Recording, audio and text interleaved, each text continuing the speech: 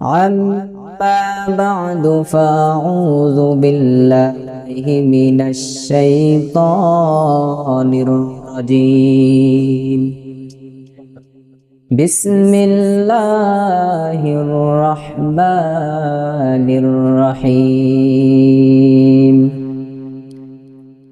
وتوبوا إلى الله جميعا أيها المؤمنون لعلكم تفلحون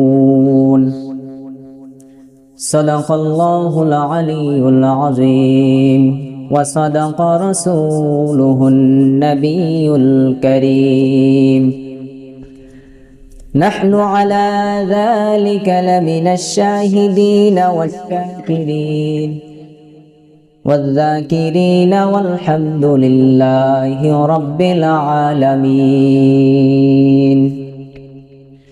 আল্লাহ পাক রব্বুল আলামিনের দরবারে লাখ কোটি শুকরিয়া যে মহান রব্বুল আলামিন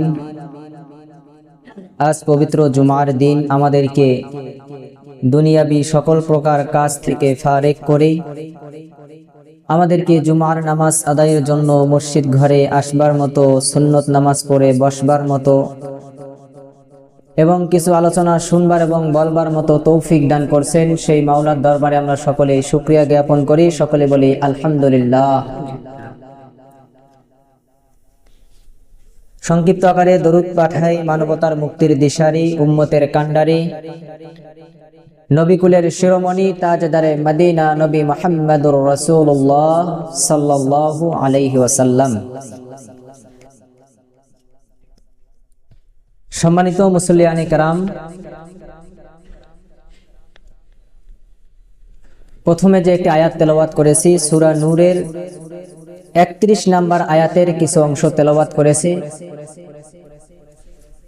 উক্ত বিষয়ের উপর সংক্ষিপ্ত আকারে কিছু আলোচনা করব। আল্লাহ রাব্বুল আলামিন আমাকে ইখলাসের সহিত আমলের নিয়তে বলবার এবং আপনাদেরকে ইখলাসের সহিত আমলের নিয়তে শুনবার মতো তৌফিক দান করেন। আমরা সকলে বলি আল্লাহুম্মা আমিন।